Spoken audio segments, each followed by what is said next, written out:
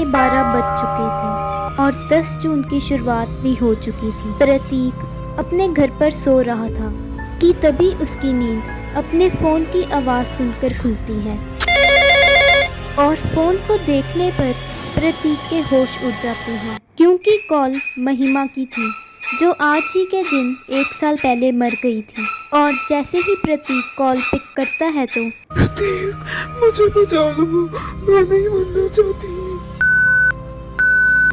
इस सब के बाद प्रतीक अपने बेस्ट फ्रेंड जतिन को कॉल करता है।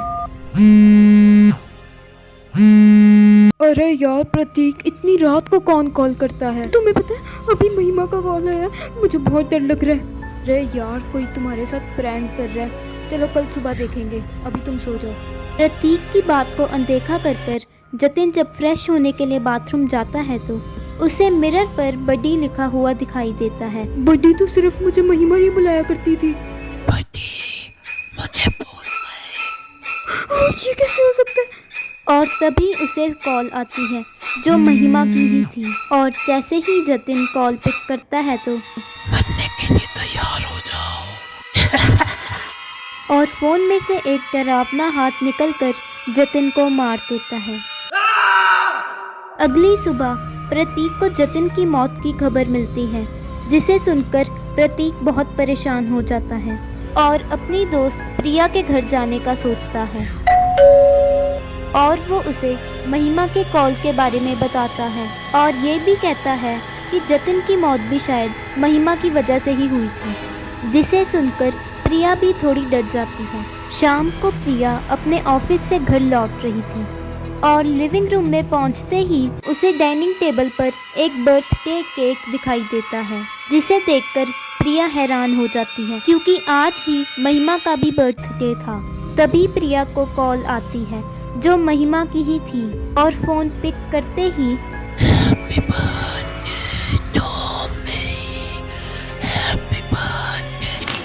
प्रिया के हाथ से फोन गिरकर टूट जाता है और तभी वो गाना प्रिया के फोन की बजाय बेडरूम से बजने लगता है। प्रिया डरते डरते गाने की आवाज़ को सुनकर अपने बेडरूम की तरफ चलने लगती है। बेडरूम में पहुंचकर प्रिया को बहुत डरावने हाथ बेड के नीचे दिखाई देते हैं। इन्हें देखकर प्रिया भागने लगती है, पर मुझे बर्थडे विश तो कर दो। रात के 11 बजे प्रतीक अपने घर पर बैठ महिमा के बारे में सोच रहा था। पिछले साल 10 जून को प्रिया, प्रतीक और जतिन महिमा के बर्थडे सरप्राइज की प्लानिंग कर रहे थे और महिमा को पार्टी पे जल्दी से बुलाने के लिए वो उसके साथ फ़ोन पे एक प्रैंक करते हैं। हेलो महिमा, प्रतीक ठीक नहीं है।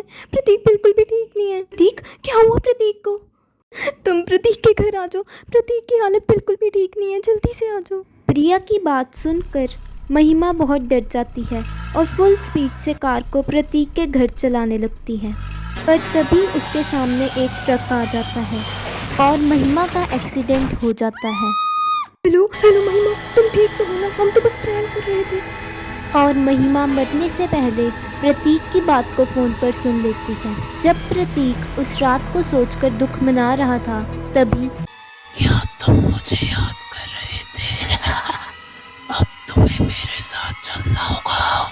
महिमा, मुझे माफ़ कर दो। मुझे पता है हमारी गलती थी, हमें वो प्रैंक नहीं करना चाहिए था। अब कोई फायदा नहीं है। और तभी 12 बजते ही 10 जून ख़त्म हो जाता है और महिमा वहाँ से गायब हो जाती है। अगले साल 10 जून प्रतीक को फिर से महिमा की कॉल आती है। ये नहीं हो सकता। Happy birthday.